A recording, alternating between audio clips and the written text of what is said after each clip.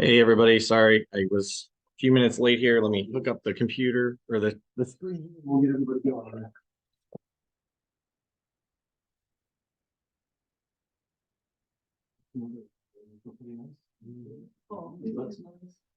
It's cool. It's not too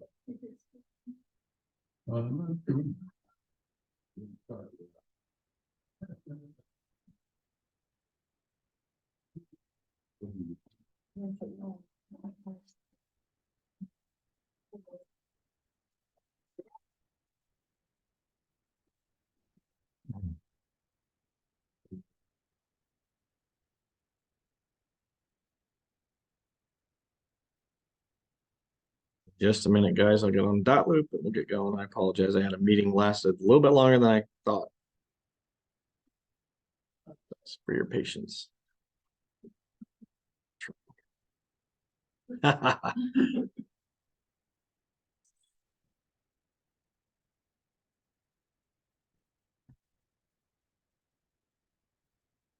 right, I'm going to use the large purchase agreement just because it's easier for everybody to see, especially when I put it on the screen. So, come on, dot loop.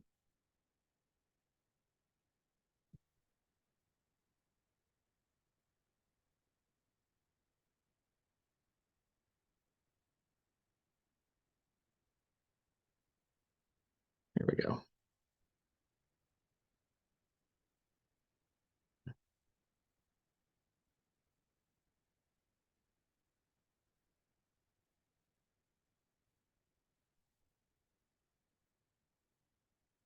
Okay, let me share my screen for Zoom people, and then we will be good to go.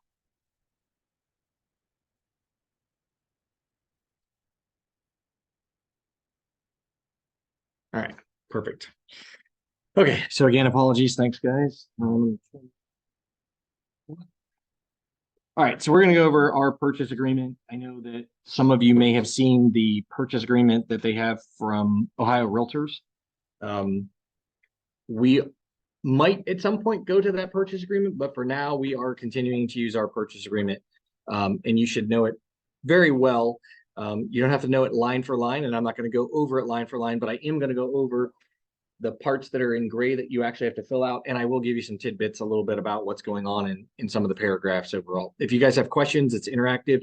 Just shout out something, talk, that's fine. Ask questions. And we'll go from there. Give Bobby Holmes some stuff for his TikToks. But, all right. So first line, pretty self-explanatory for the most part, permit parcel number, but I will say oftentimes if you import the information that the listing agent might already have in .loop, not always does the permanent parcel number bring up 2 or 3 or 4 permanent parcel numbers. It only brings up the first one. And sometimes you need to look in the MLS because there might be 2 permanent parcel numbers. I've seen houses that are sitting on 2 parcels. It is split directly down the middle. Half the house is on one and half the house is on the other. I've also seen it where the backyard is a separate parcel and the front yard and the house are a different parcel. So this is where we really want to pay attention because unfortunately, if your buyer thinks that they're buying a particular parcel and it's a certain size, and for some reason you mess up as the buyer's agent and only include one of those parcels and it doesn't get transferred, that can definitely play a role in the appraisal when the appraiser is looking at that. And also it's really going to play a part in the value and how angry the buyer is at you if they don't get that other parcel. And then is the seller going to say, hey, I didn't agree to sell that parcel as part of this. I know you may have thought it was, but it isn't. The title company is going to follow what you have on the purchase agreement. And so that's the biggest thing to pay attention to is always make sure you have those in there. If you need more room, put it in there. Okay.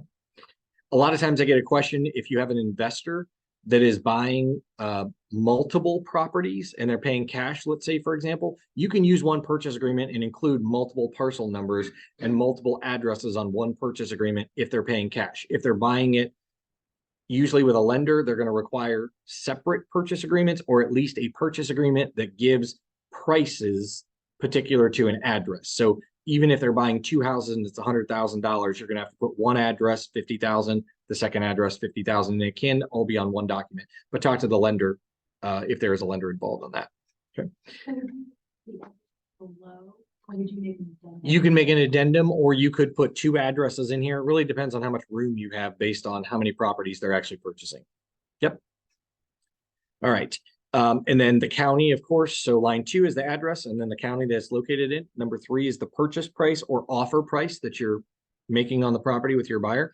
And then the earnest money deposit, typically we see around $500 to $1,000. You can't ask for more. If you feel like your buyer really wants the house and you talk to them about it and they say, you know, I want to come in as a strong buyer, I want to put $4,000 down, or I want to put $3,000 down, that's absolutely okay. I would always put an earnest money amount if you can, if your buyer can do it. You don't have to have earnest money to constitute a purchase agreement, though. You do not have to. You can have 0 there. And oftentimes on a VA purchase, you do have 0 because they are 0 down and they either don't want to put the extra $500 or $1,000 down, or perhaps they don't have it. So it just depends. So have that conversation. The one thing I'll say about our purchase agreement is it does not say that when the earnest money needs to be deposited, other than it says made upon acceptance, right? So acceptance means when it's fully executed, you should begin to work on getting that earnest money from the buyer. And I can honestly tell you that with today's day and age and the technology, there should be no reason why you cannot get that earnest money deposited in a timely fashion. They can go online if you're using Stonegate. They can do it online. There's other platforms that offer it, other title companies that you can pay online. Worst case scenario, they can write a check and they can overnight it, right? I mean, there are ways to get the earnest money where it needs to be, but you as the buyer's agent need to make sure that it is getting where it needs to be. That is your responsibility. And I would always recommend that you take a copy of it and share that with the listing agent. So if it's electronic and Stonegate gets it and they send you a copy of it, send that copy to the listing agent so they know that it's been received. One of the worst things you can do and one of the biggest offenses at the Division of Real Estate is the mishandling of earnest money or not collecting it. So you can get yourself in trouble for those. And I've actually seen agents where they didn't collect it.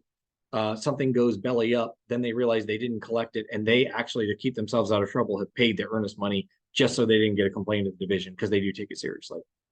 Yes, Tara. Yep. Yep. So if it gets to that point, we have told her to get this earnest money into the title agency. Yep. No, as long as, and that's a great question. So Tara, for those of you that are on Zoom, ask the question, hey, if my buyer's dragging their feet and I can't get them to deposit their earnest money, and I've asked multiple times, you need to make sure that you have that proof. It would be a detriment to you if you didn't have that proof and you didn't ask. If you're asking the question and they're just dragging their feet, you also need to let the listing agent know that it hasn't been received. That is your responsibility. And then the seller can decide whether or not they're going to continue with the contract. It doesn't say anywhere in here that if you don't deposit the earnest money, that the contract is null and void. Nowhere does it say that. But it doesn't mean that the seller can't say, listen, if you don't produce the earnest money, I'm not letting you do a home inspection or whatever. Not saying that they should do that, but they can seek legal counsel and discuss it with their respective counsel if they decide that they want to go that route. Sorry, I have one more question about earnest money. Yes. Let's just say you get a deal that's accepted Friday night. Yep. After the title company's closed, because they all pretty much don't work on the weekend. Yep. So it's 3 days. So that means that Monday, they actually got to get it in. Well, there's nothing in here that says 3 days. There are other contracts that will have a specific time frame. It might say 48 hours, it might say 72 hours, it could say longer. The rule with the Division of Real Estate and Ohio licensing law says that it needs to be deposited upon the first availability, but it doesn't say that it has 3 days or 1 day. It needs to be time is of the essence, so it needs to be as soon as practical. But the division will decide whether or not it was as soon as practical. We don't get to make that decision. It's left up to their interpretation.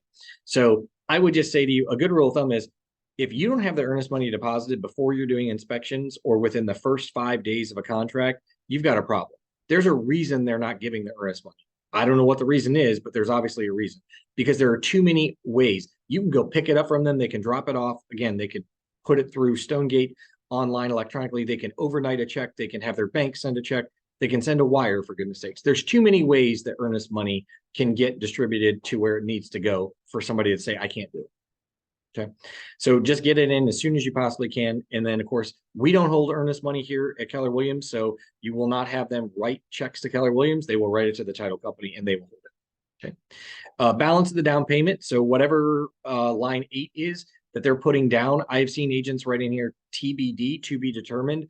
I particularly don't care for that, only because if I'm the listing agent and I have multiple offers on this property, and you as the agent have written in to be determined, but I have another client that has written in, or I'm sorry, I have another agent that wrote in 5% or 10%, and I can do that math, or that they put 20,000 down, I'm going to go with an agent that is, and I'm going to recommend, rather is what I should say, that the seller is going to go with somebody that actually has taken the time to write a full offer complete, not leaving blanks or TBD, unless it's absolutely necessary. One, just because that shows a strong agent, and two, it shows a strong borrower, right? So, I mean, if you put to be determined in there, how do I know you even had a conversation with the lender on, you got a pre-approval letter, but how do I know that you actually had a conversation with the lender, that you even understand, does the buyer need help with closing costs? Do they have their down payment? Do you know anything about this borrower other than they wanted to write an offer on this house? So you as the agent should be really digging into that and have a conversation with the lender.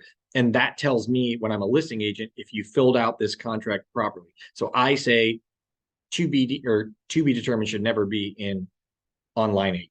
That's just my personal opinion. All right. And then amount to be financed is whatever they're financing with the bank, right? So that's whatever money that they have that the bank is going to lend them. And then type of loan, conventional or conventionally insured, VA, FHA, USDA, other, or cash. And the other is simply because sometimes you might have a loan that is getting down payment assistance through the city of Canton or the city of Massillon or whatever, and there's additional steps. Well, the listing agent needs to know that, and that obviously delays your closing time by a little bit. So just make sure you're filling that one out properly. I will tell you, it's often been argued or questioned on whether or not a buyer can change their financing in the middle of a transaction. And there's nowhere in here does it say that the seller and the buyer have to sign for that. But I will tell you, in the statewide purchase agreement, which is probably going to be something that we're, like I said, we're probably rolling out in the near future, 6 months, something like that, who knows. But nonetheless, that actually says that they cannot change financing without the seller agreeing to. And I think that that's important to know, because sometimes agents think they can get in something on you, and they will use tactics like writing an offer under conventional to get your seller to accept the offer and then change it to VA or FHA. So just be aware of that. Make sure the pre-approval letter matches whatever they have checked. Okay. And then financing.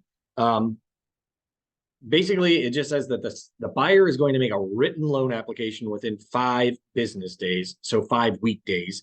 So even if there's a holiday in there, it doesn't say that anything, it's excluding the federal holidays and things like that, but it's 5 weekdays. So don't worry about the weekends, but if there's a holiday in there, understand that that's an exemption, right? So then they might have 6 days or whatever, or 8 days, depending upon where the holiday falls. Oftentimes people don't realize, as an agent, you don't realize that a written loan application is for a specific property, right? The pre-approval is in general, but when they make a written loan application, it's for that specific property. Okay. And that's why it's important that they do it. If you have a buyer that hasn't done that and it's going on 6, 7, 8 days, you should probably be following up with them to make sure that they've done it. Okay.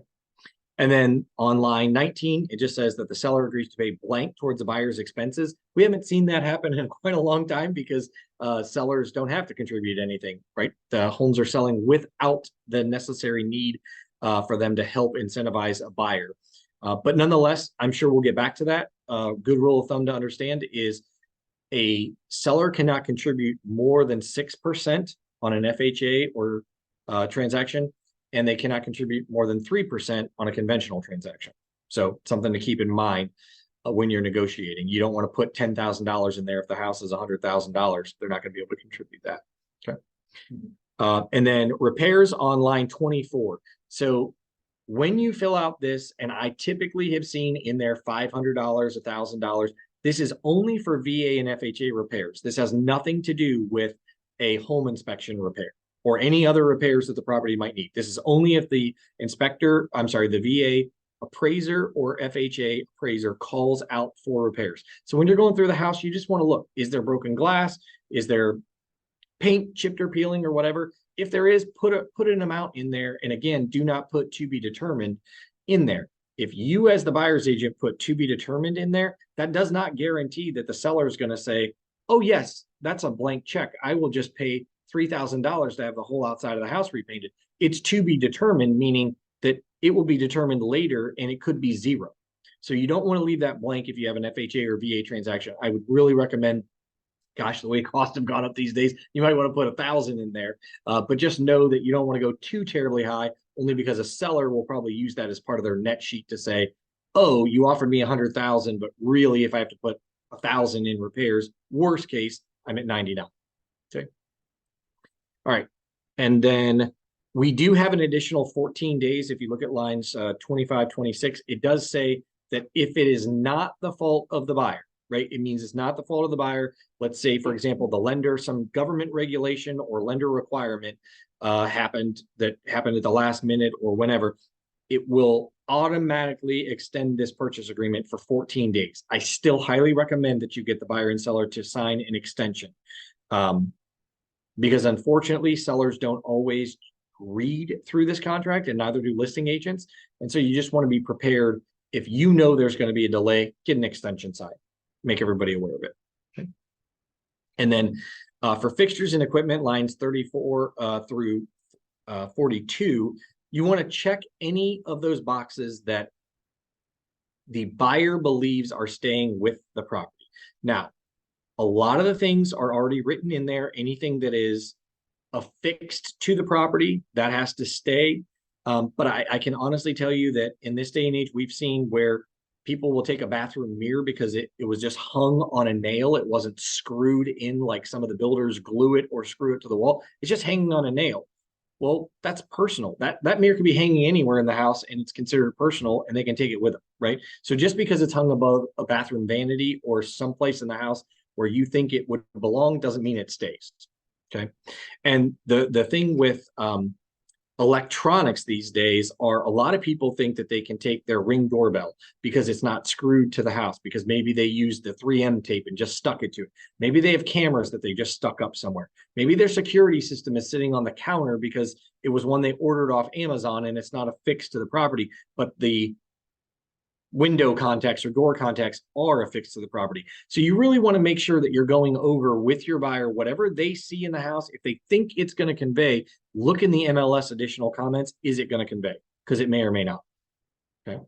And whenever there's a security system, you always want to check with the listing agent to say, how much is it per month? Is there a contract left on it? Because if you take it over, you might be paying $45 for the next 3 years to pay off the security system because you said you would take over that contract, right? Otherwise, sometimes a seller might say, hey, if you're not taking it over, they're coming to get it. And there's nothing I can do about it because we're not paying for it anymore. So make sure, especially with security systems, Ring doorbells, thermostats, all the smart features, and you'll see on line 47, we have that smart and wireless doorbells simply because people think they can take them for whatever reason.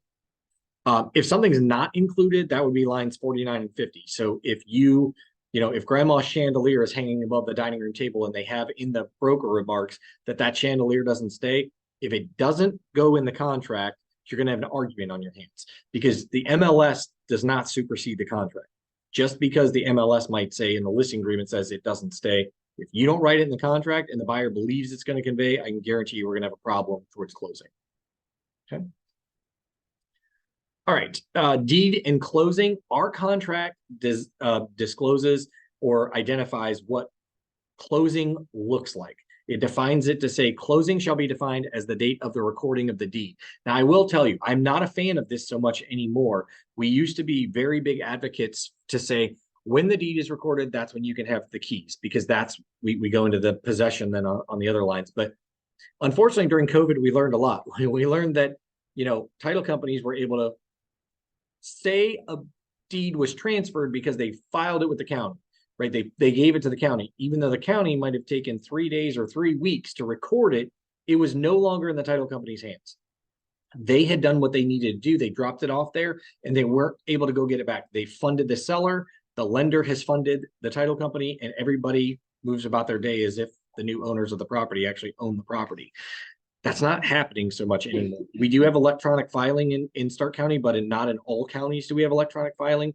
And I'm seeing more and more that people are defining closing as of the moment that the funding has happened.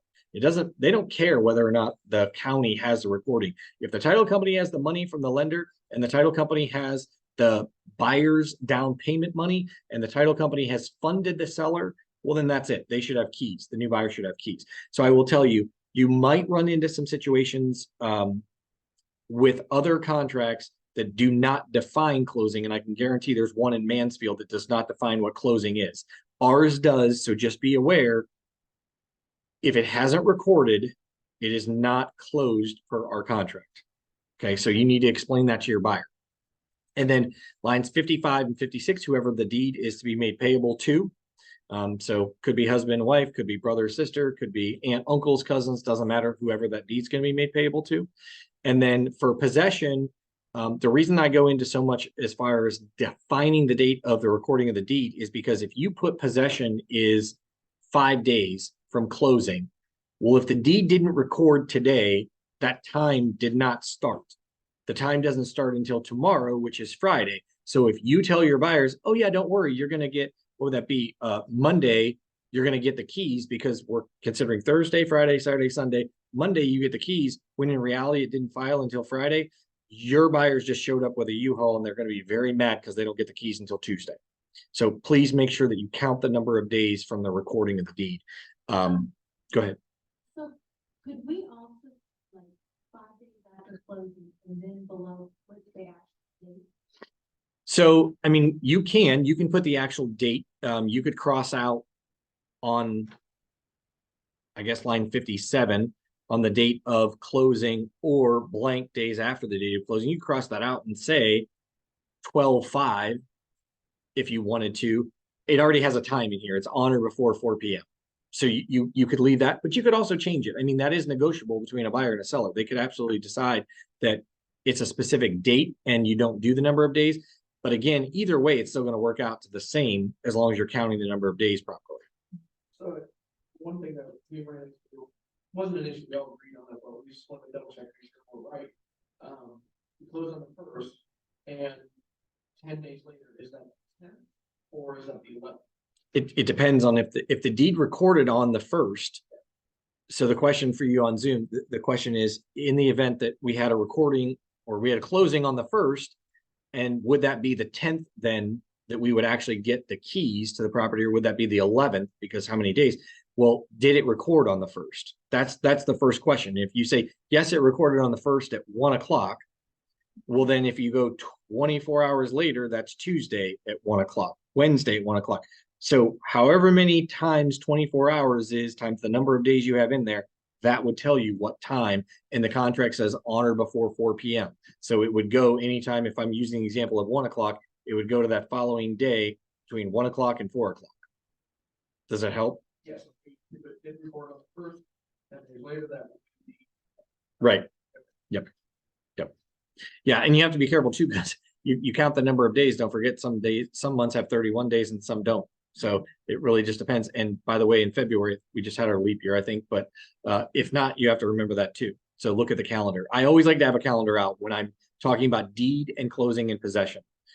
We even put in our contract now that it's 4 o'clock on or before 4 p.m. and put a deadline, because we actually had a situation where there were buyers moving up from Texas. They had 4 dogs, or I can't remember how many dogs. There was 2, 4 dogs, whatever, in a U-Haul with them. And unfortunately, they were leaving. They had left Texas a day before with the dogs and everything. And it was going to take them 2 days or however many days to get here. And they're like, we're going to be at the house tomorrow morning at 8 a.m. And we're like, whoa, no. The way that some contracts are written, it doesn't give a time. And it says, well, on or before 4 p.m., for example, for us, have that conversation with your people, because if you got a buyer that thinks they're getting in the house at 8 a.m., but the seller says, I have until 4 p.m., you're going to have a major problem on your hands. And we have seen that. So that's why I say this is just really important to sit down with your buyer and make sure that there's an understanding of them getting into the property at what time. And the other thing I just had come up for possession wise is I had a question of a buyer purchased a home. They gave the seller 30 days to stay in it for possession, but they wanted to start going in and making repairs to the property beforehand. That's not typically something that you can do. It doesn't prohibit you from doing it in a purchase agreement. But if you're going to go in and start ripping out a kitchen or a bathroom or carpet, or you're going to start doing something during a period in which those other folks are still living there, you're probably going to cause them some stress, and it's going to be a problem. And then they can be very difficult too. They can say, you're not coming in. Well, now you have a landlord-tenant situation where you're gonna have to take them to court to evict them, and that by the time you get an eviction, the 30 days is gonna be up. So it really just have these discussions with your buyers, not to scare them, but really make sure they understand when it comes to closing and possession, what their expectations. Okay. Evidence of title. So line 63 and line 66, you're always, not always, 99% of the time, you're always going to, I say always, 99% of the time, you're going to have the same title company in there. So if it's Stonegate Title that's doing the title policy, that's also the escrow agent is not a person. It is also the same title company. There are instances where if you work with, like, for example, at Remax Edge, they break it up into two different people doing it. So it is Colonial Title does, I think, the title work, or Blue Ridge does the title work, and then Colonial does the escrow part of it. They're in the same building. You would never know the difference, but they are on the Remax Edge contract broken down into two different. It's in the same building. They work together, not a big deal, but you could potentially have two different title companies, one doing the escrow work and one doing the title work. Okay, so, but typically that doesn't happen.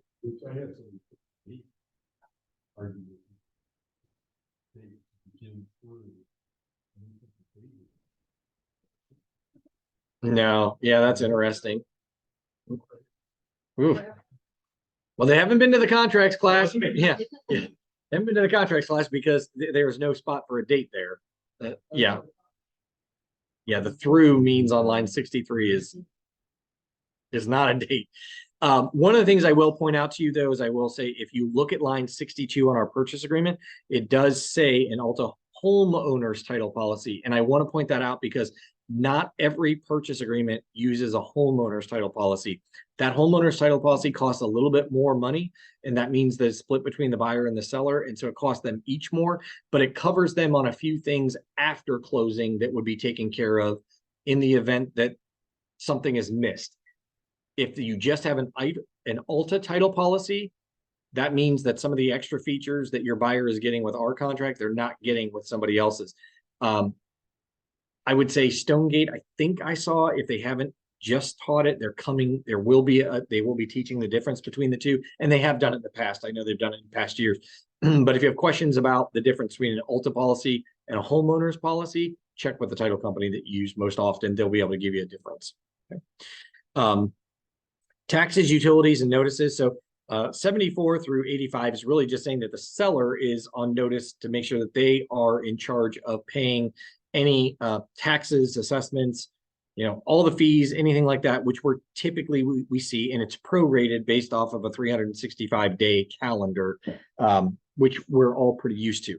One of the things that we have in here is where the tax duplicate is the one that we use for title in the new purchase agreement that the state uses, because it covers the entire state.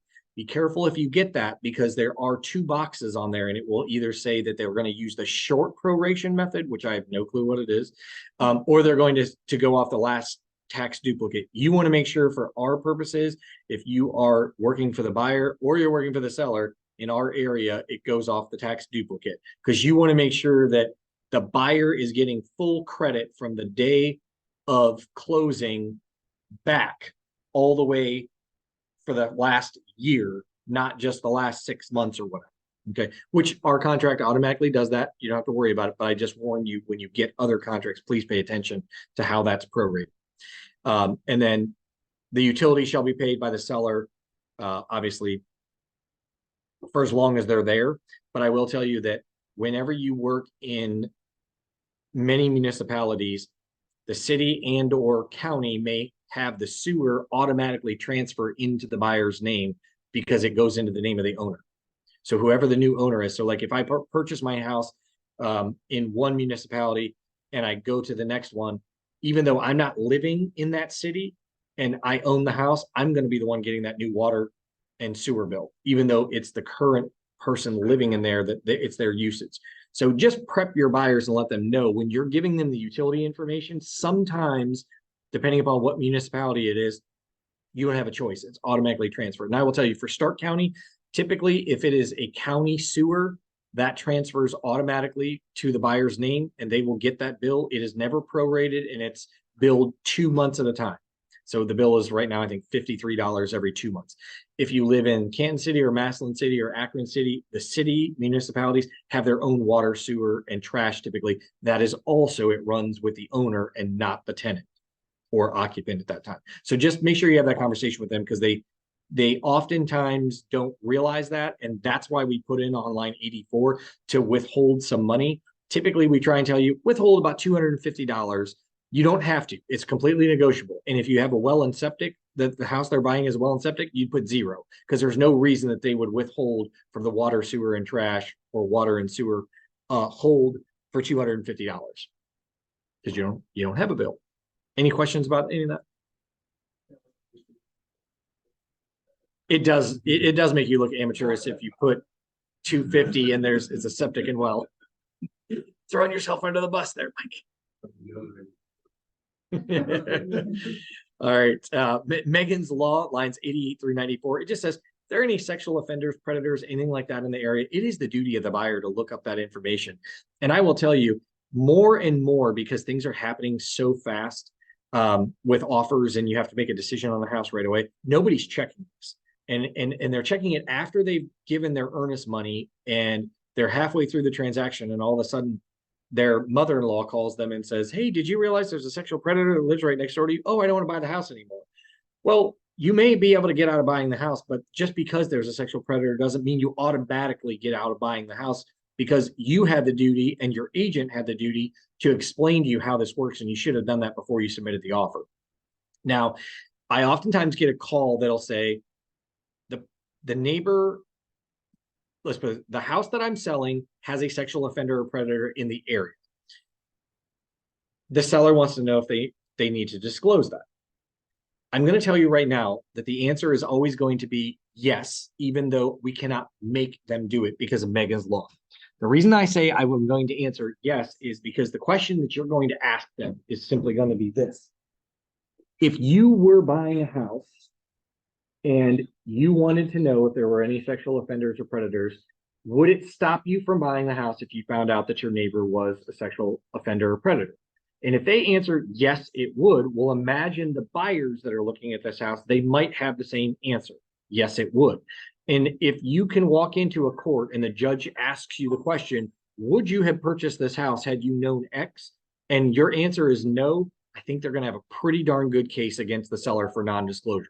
And I don't care what X is. I don't care if it's, we've had people that'll sell homes that they say it's on sewer and it's really on septic. And if the question is, oh, well, I'll pay for a new septic, don't worry about it, the seller says, and I'll put it in, the buyer might still say, I never wanted to own a house with a septic. I don't want to have to worry about that. I thought it was on city sewer and I never would have bought the house if X. Then guess what? You probably have a pretty good case against the seller. That attorney does. So that's why I would say to you, anytime it comes to disclosing something, especially for sexual offenders and predators, if you think it might matter to you or it matters to the seller, you should probably disclose it. Okay, So good, Tara. Paying a big red X on the house. Yeah, I mean, you could disclose it on the property disclosure form and you could upload it in MLS, but you don't have to also. And the other way to do it would be to have your seller type up a document that they've signed or typed up and emailed to you, something that you can forward on to any prospective buyer. So when you get a call that says, hey, my client may want to write an offer on your property, that's when you would send it. You're not going to publicly advertise it to where it's a detriment to the seller. And I don't even know that I would put it in the broker remarks, but I would probably have it somewhere uploaded in the supplements, or I would be disclosing it before I got an offer or when I got an offer. Yeah. Okay. So this side, let's just say someone wants to buy that might be a sexual Yep. predator.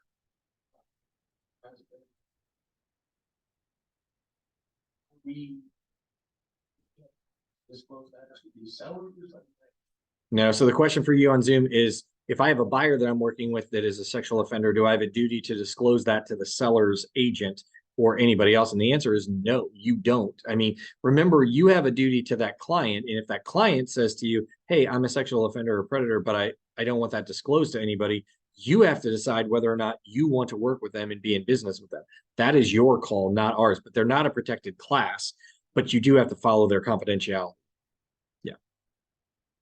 As long as it's a lawful instruction. So we could basically say we're we're not moving forward with representing. Yeah, I mean, if you find something, I mean, there's nothing that's, as long as you're not discriminating for the 7 protected classes or 9 protected classes in Ohio, that's fine. You're fine. That's a business decision. We're going to run into this a lot. I mean, as we move forward with what happened with the lawsuits and things like that, you're going to have to make more business decisions. You know, we've always said that when you are a real estate agent, you've opened your own business. It may not feel like it, but you really have opened your own business, and this is a profession. So when you start to go show a house for somebody that calls and says, hey, I'd love to go see this house at 1234 Main Street today at 5 o'clock. And you're like, oh, I'm so excited. Yes, let me go show it to you. And you get out there and you show it to them. And that's great. And then a lot of times realtors would just continue to show them house after house without asking for a pre-approval, or they get a pre-approval, but they don't sit down and do a buyer consultation with them.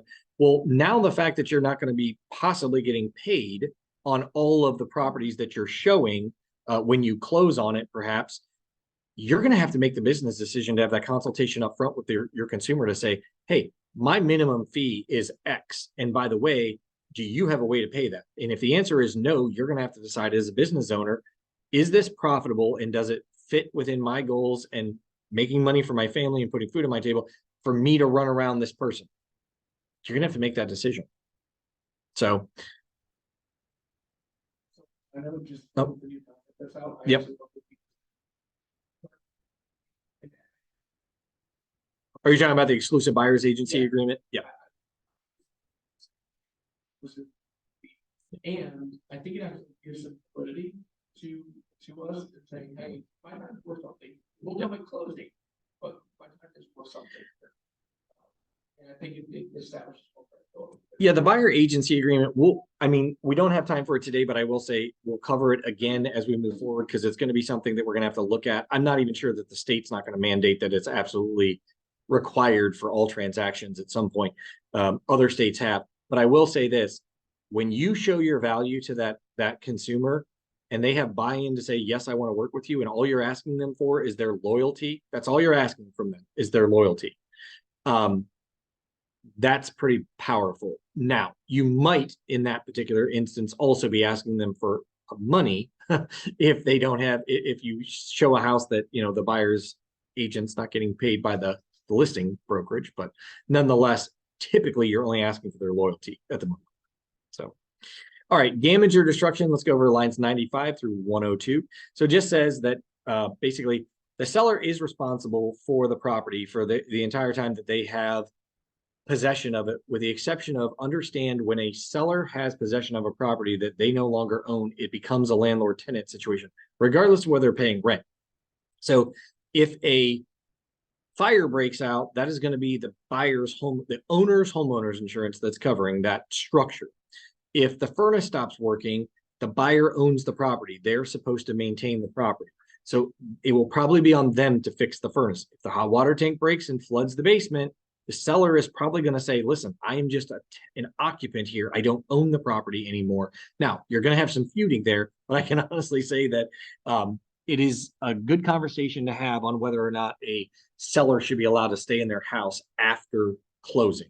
But this particular conversation around it is, if a storm or some type of damage comes while you're in the purchase process, there are a couple different ways that can be handled. So the buyer is basically saying that if the building is destroyed or damaged in excess of 10% of the purchase price prior to the title transfer, the buyer can either elect to accept the insurance proceeds for the damage and continue on with it, or they can terminate the agreement and receive a full refund of their earnest money. So I haven't really seen this happen, but I'm sure it has. That's why it's in our contract. Attorneys have put in there for a reason. But going over that with them is really important, because we have had more hailstorms. We've had more wind damage. We've had a lot of things. Thank God we don't live in a hurricane area, but we've had lots of damage to our homes and properties. And if insurance isn't going to cover it, that could be a problem. So have that conversation. I kind of went over lines 103 through 109. That's the condition of the property. You know, it's supposed to be in its as is present physical condition when you get the keys as it was when you saw the property. You've relied on it. I will tell you, one of the things that just came up, there was a smaller house that had an L-shaped couch, and there was a rug. And when I say it was a smaller room, they had large furniture in this small room. So the hardwood flooring was completely covered with a rug for the most part, except for along the edges, and where the couch was, it was up against the window and covering part of the rug. The hardwood floors around this looked pristine. You would have had no idea that when the buyers got keys and walked in the house, that when the rug was moved and the couch was moved, that there were gouges in the hardwood. And then when I say gouges, somebody took their time to gouge, like a kid or somebody was gouging in there, or they had pets that were really clawing. And it was definitely noticeable. So unless you're covering it up with another rug, depending upon how you're laying out your living room, that was going to be a problem. Yes, the condition of the property was the same when the person looked at the home. That the problem is they didn't know it. Right. So in those cases, that's when you should be having the conversation with either the home inspectors or the seller to say, is there any damage under this hardwood floor that I need to know? Home inspectors are not going to pull and move furniture. They're not going to pull up rugs and look and things like that. That is something that the buyer needs to be aware of, because not always is a seller intending, like in this case, they were not trying not to disclose it. It's just the layout of the living room, the way that it was. It was just a tight, smaller house with large furniture in it. And in this particular instance, the seller had asked the question, should I disclose there's some they call them superficial scratches underneath the couch? And the agent, which was one of our agents, said, no, if they're superficial and you can't really notice them, don't worry about it. Well, they were significantly noticeable when the couch was moved, and the agent was horrified. And I will say the agent ended up paying the $1,500 to have it repaired because they felt responsible, which I could understand, because the seller asked, should I disclose it? The agent never looked at it. So unfortunately, that could have been bad. It worked out.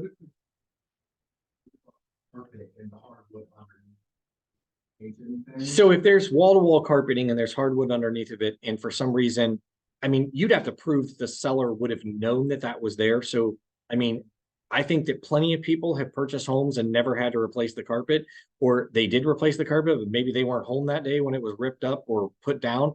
If they don't know about it, they can't disclose it. So you'd have to prove that that was there. In this particular instance, the reason that the agent took care of it is because they were put on notice by the seller by asking a question, should I disclose the scratches in the floor? The agent didn't say, can I see the scratches in the floor? And they also said, no, don't worry about it if they're superficial scratches.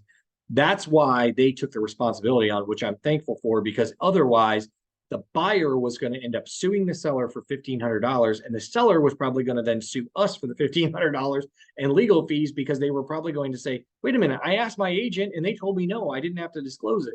So anytime that something is important, that your client, whether it's a buyer or seller, is asking questions about it, dig more into it and find out what's going on. There's a reason they're asking those questions. Okay.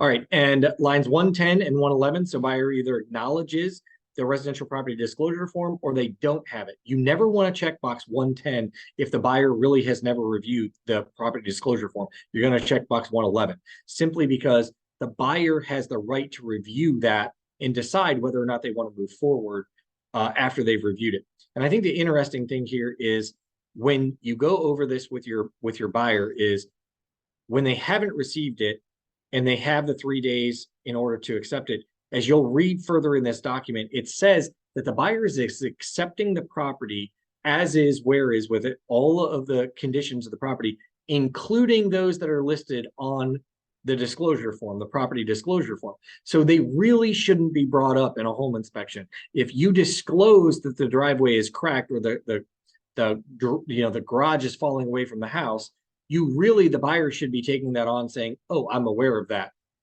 and shouldn't be bringing it back after the home inspection or later in the transaction. They do it, but I will explain to you where that's at in the contract later to say, read the property disclosure form, because you're signing off on the condition of the property at that point. All right, lines 114 through 122, we have had where there's been gas line breaks during a home's listing agreement, and we've got it under contract. And then what happens is the gas company has come through and they've said there's a leak in the area, and now they found it between the house and the street of a particular property that's under contract. And so, this just says that basically that the seller shall pay for the cost of any of that between the street and the foundation on or before the date of closing or restoration of utilities, whichever is sooner. We don't often see the restoration of utilities, whichever is sooner. with the exception of sometimes you might show a property that has utilities turned off. We've seen that a lot when it comes to vacant properties or investment properties and things like that. So this is just saying the seller is still responsible for it, but it's one or the other. It's either before the date of closing or the restoration of utilities, whichever one is first. So, all right. And then the buyer shall assume any repair obligations below $500 if there is something that the health department or city code is saying that there's a problem. Because oftentimes a seller isn't even aware of it because a letter goes out. It could be at the perfect time, which we've seen where the seller's moved out of the house. They're not collecting mail anymore. It gets forwarded to California and they don't even see it for 3 weeks after it's been sent. And unfortunately, we've closed on the property, but the buyer is responsible for those up to $500. Okay. And then inspections. So this is huge. Big part of your job is to recommend that we have home inspectors, and they have to be licensed home inspectors. You should not be recommending any home inspector that's not licensed. You can go on the Division of Real Estate's website, find out who is licensed, who's not, just like they can for you. If you're giving inspectors information, recommendations to your clients, you must give a minimum of 3 or more, or you give 0. You cannot just give 1. You don't want to put a star next to your favorite. You don't want to highlight your favorite. You want to give 3. At least at a minimum. I will tell you there's a form in Dotloop that the division has created, and we have blanks on there. There's 5 spots. You can list any licensed home inspectors that you want on there, or well and septic inspectors, etc. But I really highly encourage you to use that form because it also tells that the buyer, these are not the only inspectors. And if they want a full list of licensed inspectors, they can go on the division's website and look it up. Because oftentimes agents will be like, oh, well, I use this person all the time. I'm just going to tell you about this one. Or the buyer says, oh, whoever you trust. And I've seen agents set up the home inspection themselves. They just call their friend, the home inspector, and they go in and do it. Well, that's all well and good until there's a problem. And guess what? Now they think you colluded against them when there's a problem. So you just want to make sure that you're always being fair with that information. Line 136, the waiver, you're going to have initials on this. And this is every time there's a box check no, you're going to have initials here. Whether there's a box check no or not, you're going to have initials. But it basically says, anything you haven't indicated yes below to, you don't have the right to do it. So this happens in our area in Northeastern Ohio. Down in Columbus, the Columbus contract says that a buyer can have any inspection they want. They don't have to ask your permission to do it. They have X amount of days to do any inspection under the sun because they're paying for it. So if they want to do a radon inspection, if they want to do a mold inspection, any of those, they don't need your permission. They're going to do them. That is also the way that it goes with the new purchase agreement the state has out. There are a multitude of inspections that can be done. A lot of things are listed in there. So we're using this one for now, and I can just tell you that as the market changes, this is going to become more negotiable too. A buyer and or a seller can pay for the inspections. In Stark County, it is required that you have a septic inspection for point of sale. It is not required for a well, but in Summit County, it is required for septic and well. You will not transfer a deed in Summit County if you don't have a septic and well inspection. So if you've made your offer aggressive and not done a septic and well inspection in Summit County because you've tried to get the seller to accept your offer, you're still not closing on that property, and it will come back on you as the professional that you made a mistake, that you did not have that inspection done and they're not closing on it. Yes, Summit County requires a septic and well inspection before title transfer, and Stark County requires a septic inspection before title transfer. Now, the difference between the two is if you're used to selling in Stark County will overlook an inspection not being done. They will not stop a property from transferring. So if you don't do it, you can still get yourself in trouble and your buyer in trouble because they will still let it transfer. Summit County will refuse to let it transfer. They will look it up and see at the closing to see if you haven't transferred, they won't. Now, most title companies, reputable title companies, they're going to ask you before closing too, I need a septic and well inspection if they know what county that they're working in. And if you don't have it, they're going to say, well, we're not going to close on this until you do. They're protecting you and they're protecting your consumer. They're not being difficult.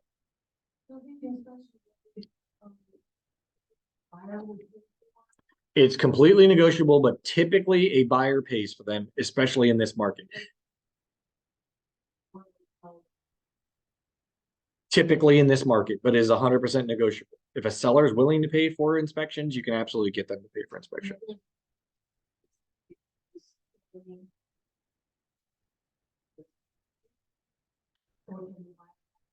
Well, the buyer can back out if the seller's not willing to pay for it. But the thing is typically a seller is going to pay for a septic inspection or I'm sorry, a septic and well repair because they're going to have to disclose to the next party. And if you can't flush the toilet and you can't run water, you're kind of selling a house that's obsolete, right? I mean, they're not going to use bottled water to take a shower. So, and if you can't run water going down the drain, you're not going to be able to flush the toilet, which means you're not going to be living in that house most likely. Yeah. So Tammy, you're asking about Tuscarawas County, and I can honestly tell you, I don't remember. I do have a sheet in my office, and when after the class is over, I will get with you and let you know because I honestly can't remember. If anybody knows in Tuscarawas County, that'd be great. But you can also check on the health department's website, and it will let you. It will tell you. So check the time. I know I've got a few minutes late started, and so I want to make sure that we end on time as much as possible. So I'm curious. Good. Sorry, but the new one will say that they do whatever they want, but seller can just still go back and say, no, I don't accept. No. Oh, the seller could say, I don't want to accept an offer with inspection. Sure, they could. But when the seller accepts the contract as it's written with the new contract that the state has come out with and what the Columbus board contract looks like, they cannot stop a buyer from doing inspections. It says they have the right to do all those inspections. And so the seller cannot stop them unless the seller says, no, you can't do any inspections. And I would have to tell you, if you're working with a seller or you're working with a buyer and the seller's listing agent tells you can't do inspections, that's a red flag. There's a problem, right? I mean, that's a problem. So yes, but everything is negotiable in a purchase agreement, everything between a buyer and seller. All right. And so then on lines 139 through 149, I've seen oftentimes where agents don't check any of these. Well, I will tell you right now as a listing agent, I'm not accepting that contract. You are checking yes or no to every single one of these. The ones that say yes, you're also checking whether the buyer or the seller is paying for it because I need to know that depending upon what side of the transaction I'm on. A good rule of thumb for a general home inspection, well and septic inspection, things like that, is going to be 10 days. You can shorten it to 7 days. You can even extend it to 15 days if you want to. But the average I've seen is between 7 and 10 days. And you want to make sure that that can be accomplished. The reason I say that is because not all inspectors have availability within 7 to 10 days. They might be 20 days out, depending upon the market.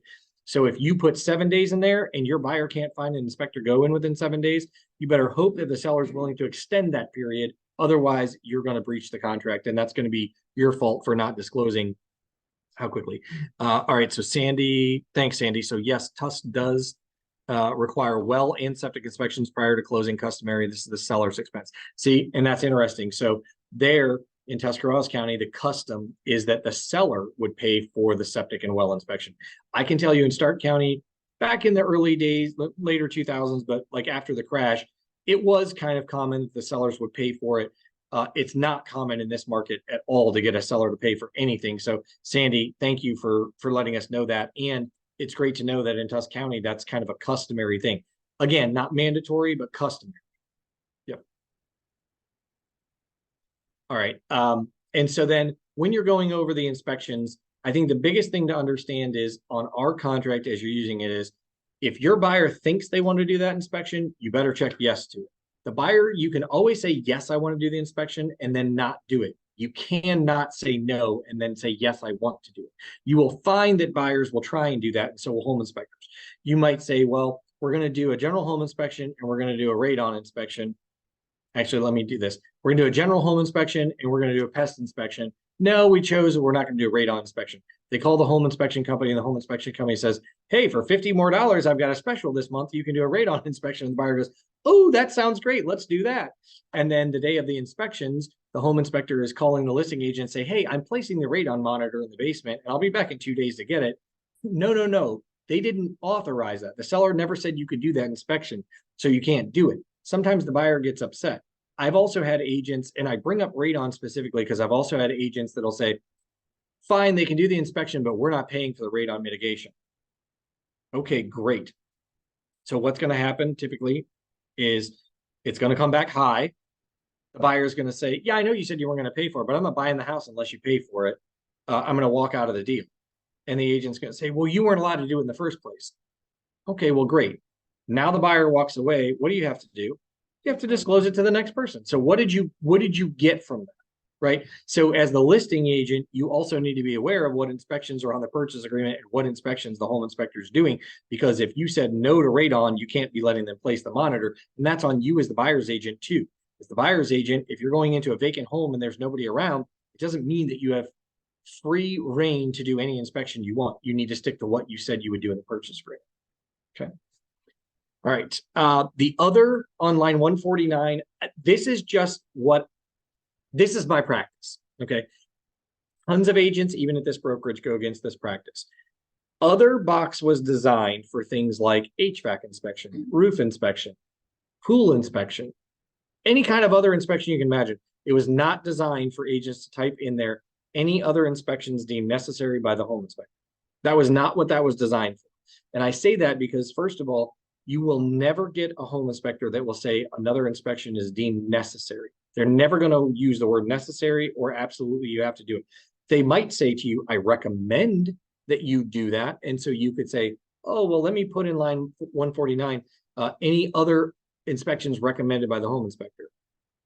I've seen agents do that. I still don't like it. If I'm on the listing side of it and I'm trying to protect my consumer, I'm not going to encourage my seller to accept that because I don't know what they might recommend. For all I know, the licensed home inspector that you have is Uncle Dave, and he's now saying that you need a sewer scope. I recommend a sewer scope, even though I've seen no problems, and you now are going to delay my closing and delay everything because you want more inspections.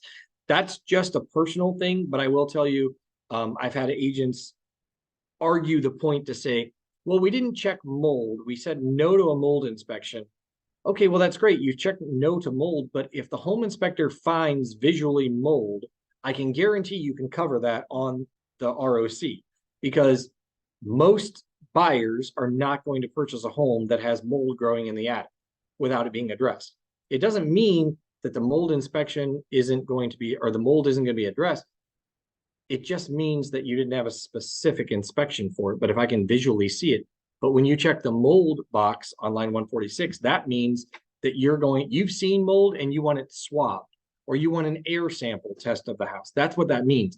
But just because a home inspector recommends something doesn't mean it's necessary or that you have to do it. So that's just my practice. I know agents will continue to do that, but I can tell you it can be argued either way that it's not necessary or recommended. So, and then after lines 151 through 171, this just explains to you that, your buyer, after all inspections are completed, so within 3 days after the completion of the last inspection, completion means you actually have the results of the inspection.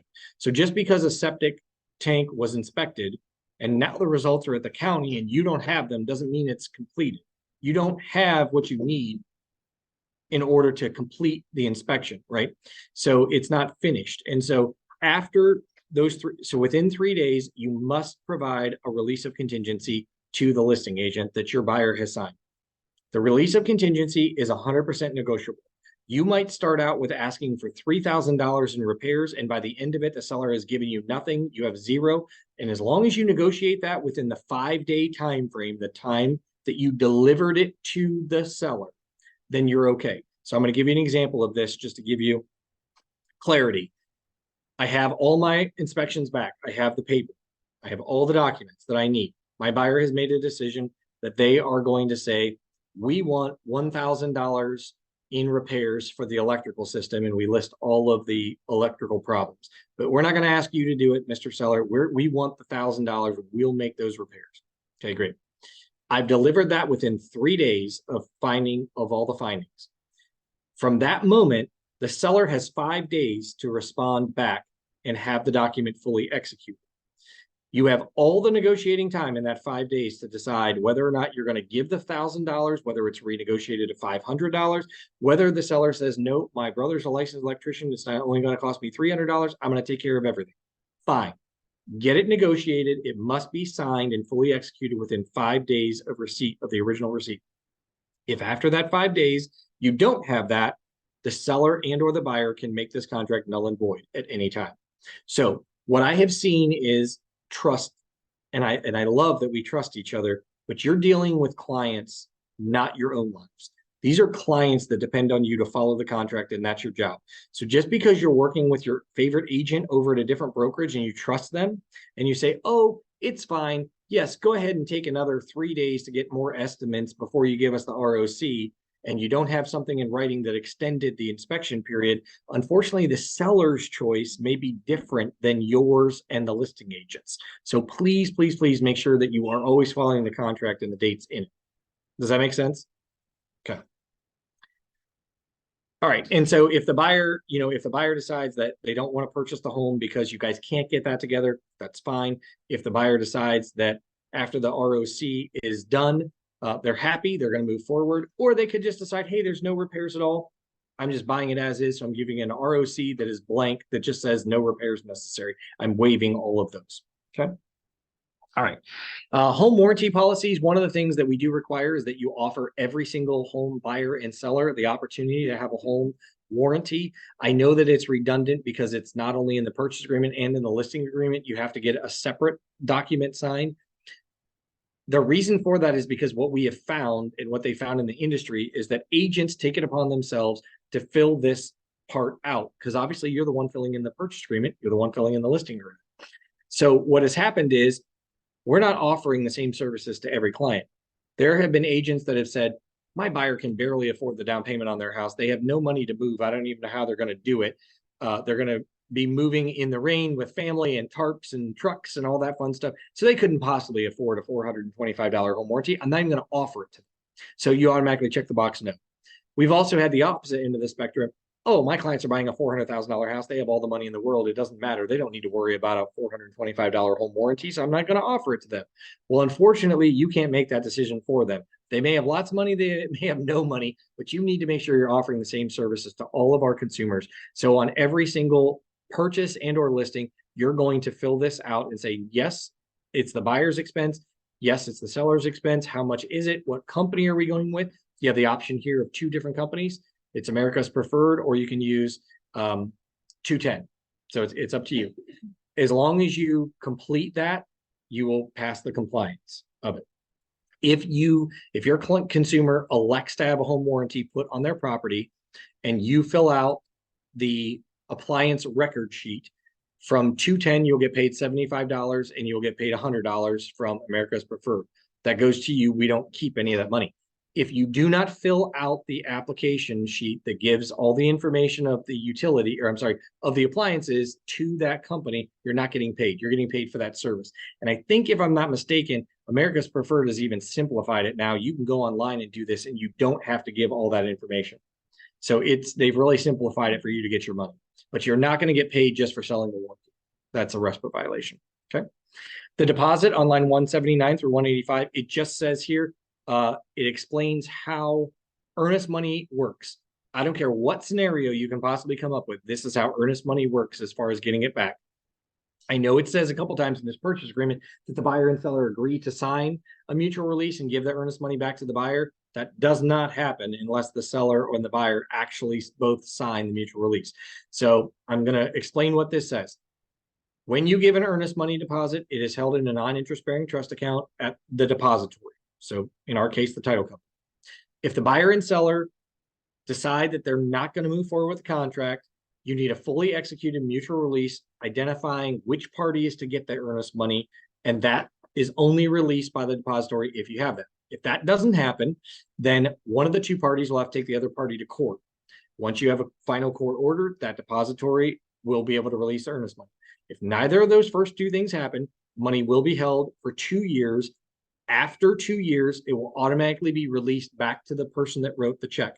If the title company cannot find that person that wrote the check, then they have to send it to the state of Ohio in that person's name for unclaimed funds.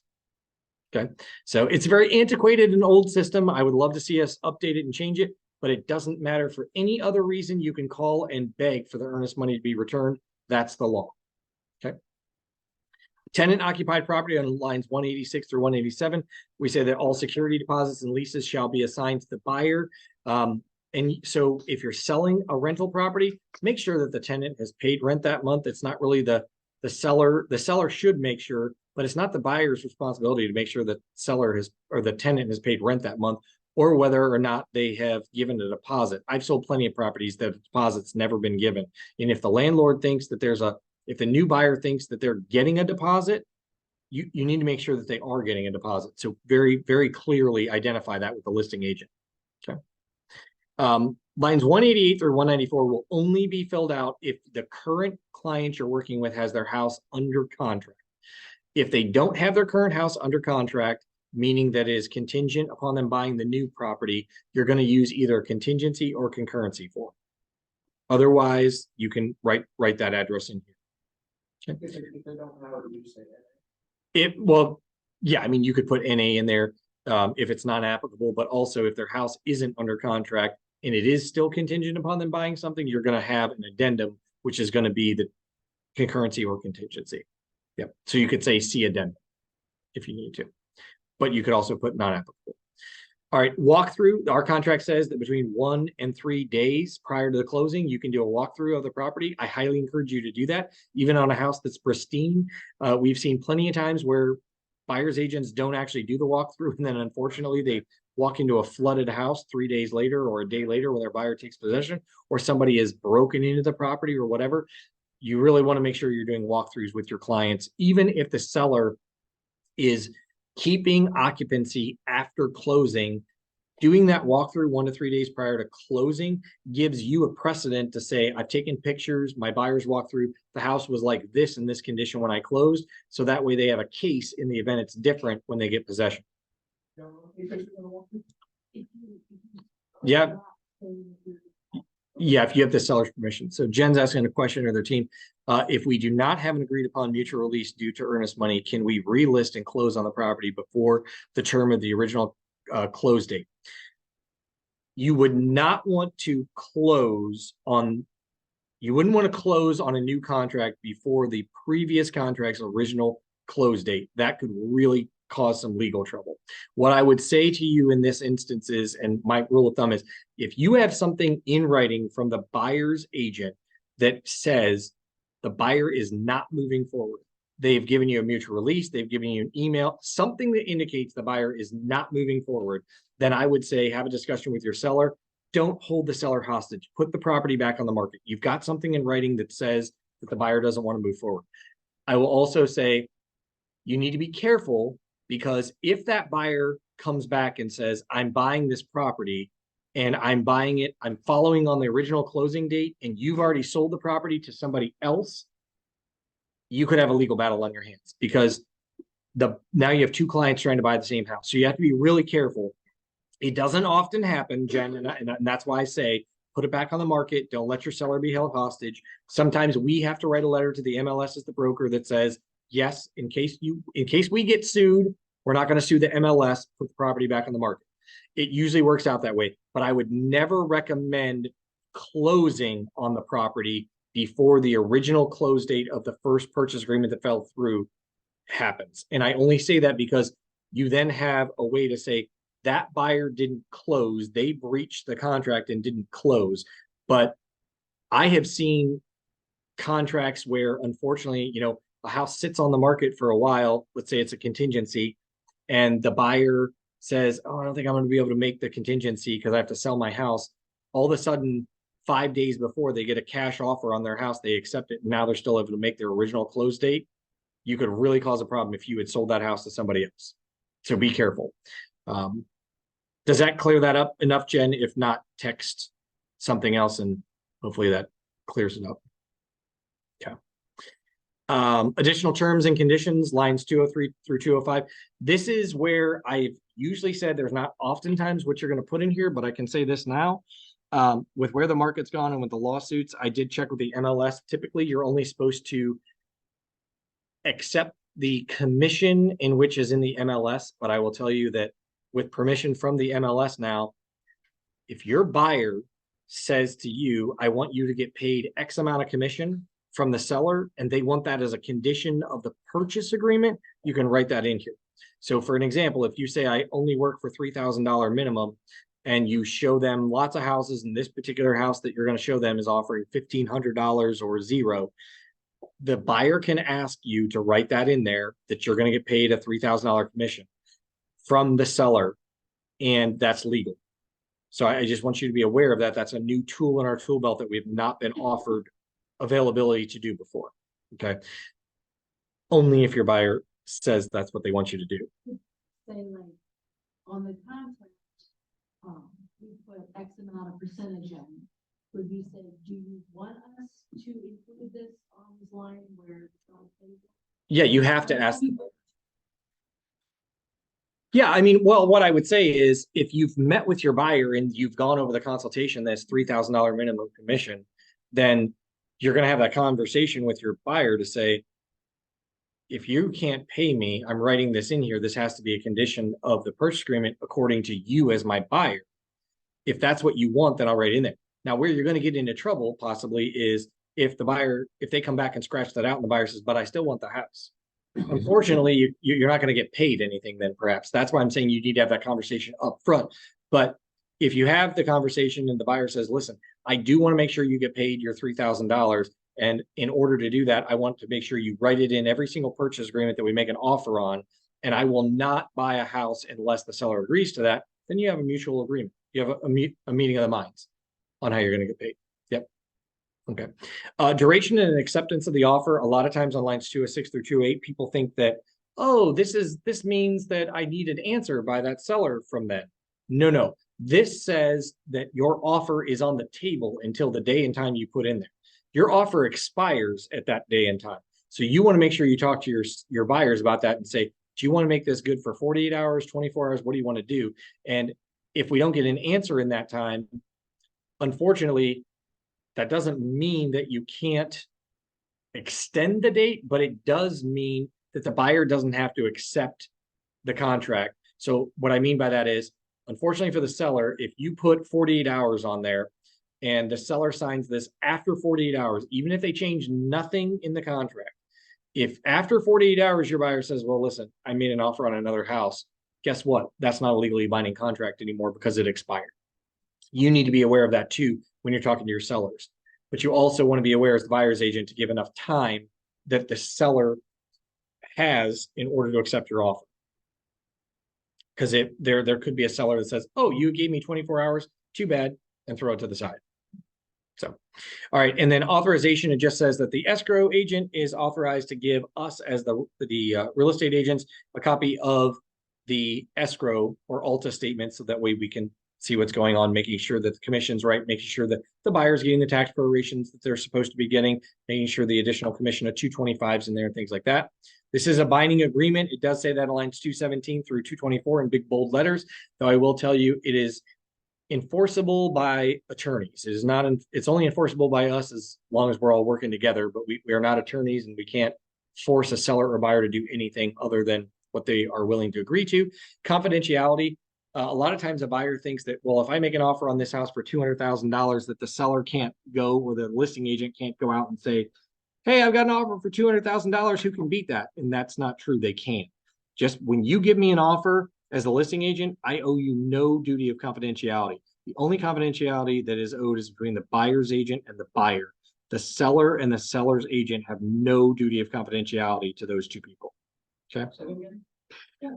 So if I'm working with a buyer and they say to me, I would like to make an offer of $200,000 on this property, and we do. Well, the seller could receive that offer and instruct their agent to go on social media and say, I have a $200,000 offer for a house at 1234 Main Street. Can anybody beat that offer? And the buyer's probably going to get really angry because they're going to say, oh my gosh, they're shopping mine. Why didn't they just keep that private? Well, they don't have to. They don't have to keep that confidential. They can absolutely shop the offer. So that's all I'm saying to you is when you're in a multiple offer situation, even if you're not a multiple offer, the seller can shop that offer. It is not confidential. Okay. Right. Yeah, I mean, they probably wouldn't. I don't know. It doesn't say that they can't, but I don't know why they would. The buyer's name is irrelevant. But the terms, they can absolutely shop the terms to anybody. So they could even say, listen, I've got a $200,000 offer that somebody can close in 45 days. If you give me $200,000 and close in 30 days, I'll take your offer. So, all right. And then dower interest.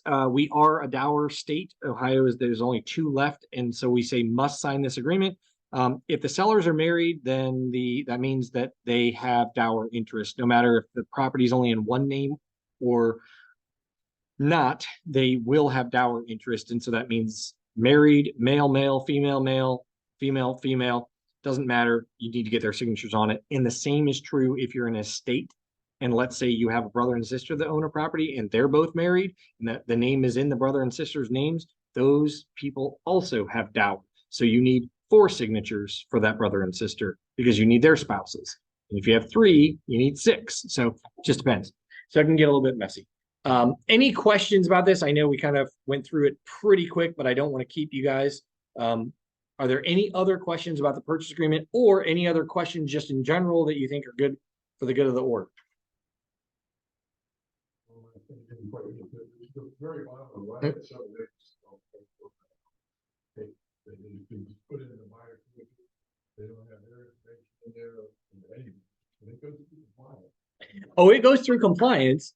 I will just tell you, in my opinion, it's a sloppy agent that doesn't take the time to fill these out. And I say that simply because the title company relies on this information because a lot of times they don't even have an escrow agreement or an escrow letter beforehand. So if they need to reach out to the listing agent or the seller or the buyer or anybody, a lot of times they would refer to this. Unfortunately, they can't do that because sometimes buyer's agents go, I don't want the seller or the seller's agent to have my buyer's phone number or email address. Listen, this is 2023. If you want information on somebody, you're going to find it. It's not going to make a difference whether you wrote it on here or not. That's my opinion. All right, we've got 2 things. So this was very helpful. You are welcome. You're welcome. And anything else? Okay, thanks, guys. Have a good day.